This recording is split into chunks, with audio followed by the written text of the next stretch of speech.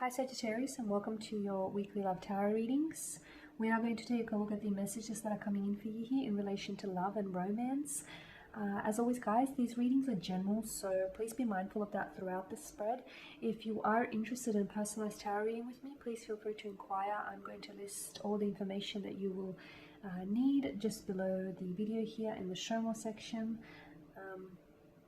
Otherwise, let's go ahead and get started. So these messages here are intended for Sagittarius Ascendant, Sun, Moon, Venus, and Rising.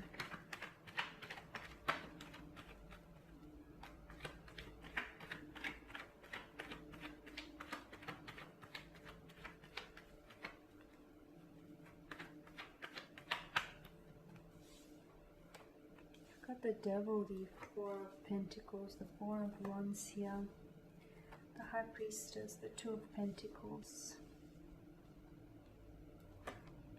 and the Queen of Swords.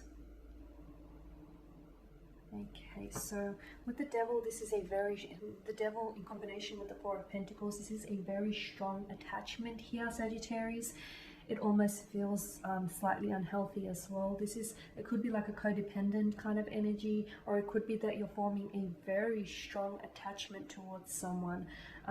Now, because the Devil does have like quite a dark setting to it, and the Devil is about obsessions, addictions here, it is a destructive kind of energy. So I feel like there is something about this person, or maybe something about the connection itself, that feels a little destructive. It feels like it has a bit of an addictive quality, but it also feels like it's a little toxic or unhealthy. And maybe it's just your obsession with one another, or maybe it's your obsession with this person, or maybe it's the fact that you're feeling so strongly attached to this individual and you can't pull away, even though you know staying with them is not healthy, or you know them indulging in whatever substance that they may be indulging in excessively is not necessarily healthy. So I can see that with the Devil and the Four of Pentacles, there is this very strong attachment here being formed to someone here.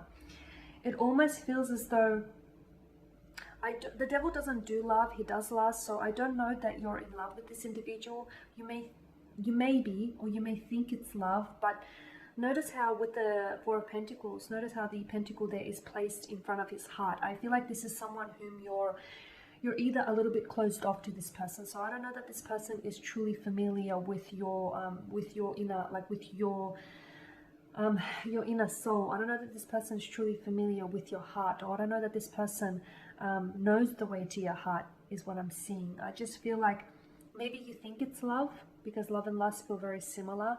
Love it sacrifices, it compromises, lust doesn't. So maybe, maybe you think, because of the similarities in energies, maybe you think it's love, but I just feel like this person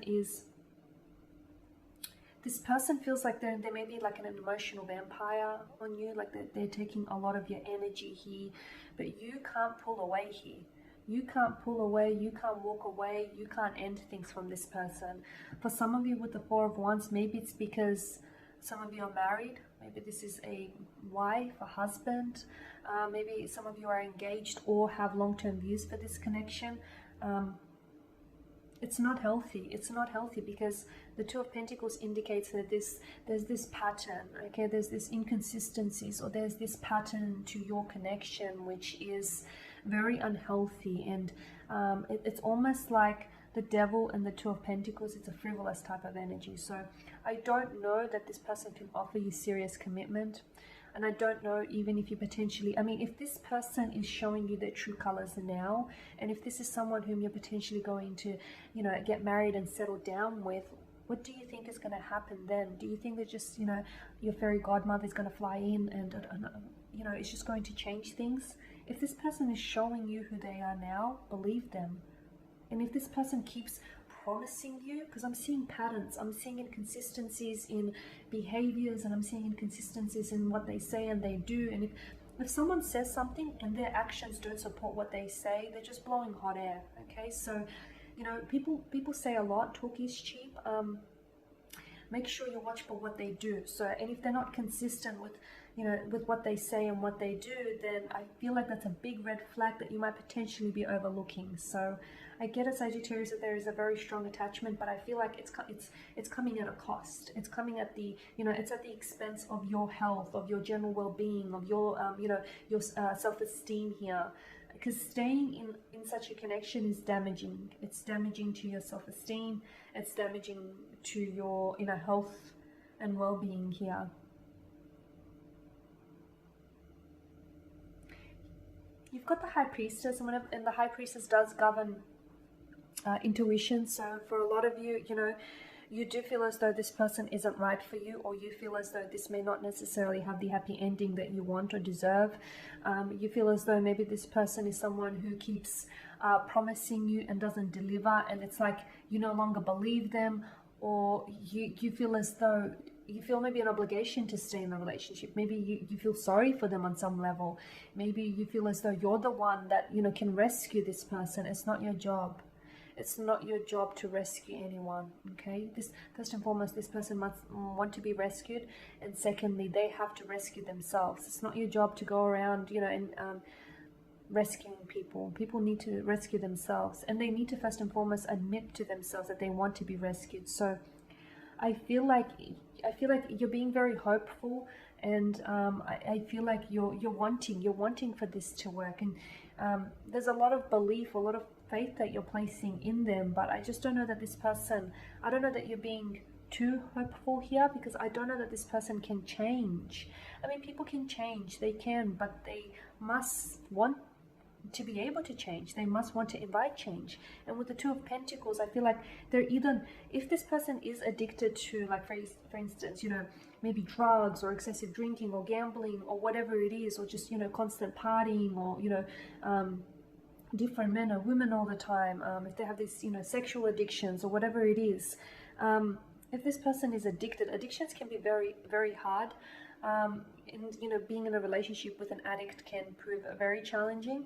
But this Two of Pentacles, it indicates to me that this person is up and down. Maybe some days they show promise, and maybe some days, you know, they may follow through on what they say, but then they quickly revert back to their old ways. So, you know, it's up to you. You have to use your discretion.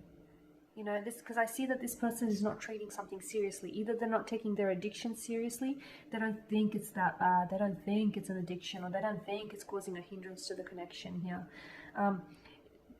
Their toxicity could be that this person is a dominating individual. You know, they try to dominate, or they have this destructive energy. Whatever it is, I feel like they're not taking it really serious, and I feel like they're, yeah, their words and their behavior, you know, support this lack of seriousness as well. And it's this inconsistent behavior that's constantly going on. So if a person wants to change, they'll do less talking and more action, and their actions will support their words and what they say. Now, you do have the Queen of Swords, and the Queen of Swords is someone who is, she can be very direct, and as a result, she can come across a little bit cold or emotionally detached. But I feel like, because the Queen of Swords doesn't necessarily, she doesn't deal with emotions, she deals with logic. So I feel like what you need to do is, maybe this strong attachment that you feel, or this enslavement, or this prison that you feel with this person, comes down to the fact that, you know, you're a prisoner to your emotions. Yeah, you feel a very strong attraction or attachment to this person, but at the end of the day, as I've mentioned, at what expense? So right now, I feel like you have to cast your emotions aside, and you have to look at your situation here, Sagittarius, from a logical standpoint. Okay, from, you know, be logical here.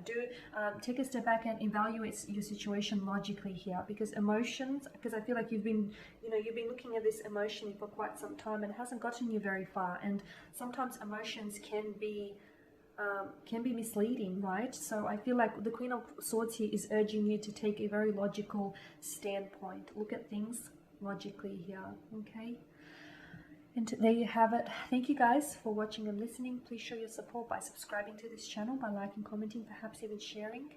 I am going to be uploading some more some more tarot love spreads later in the week, so stay tuned. Thank you again for your support, and I'll catch up with you guys then. Bye for now.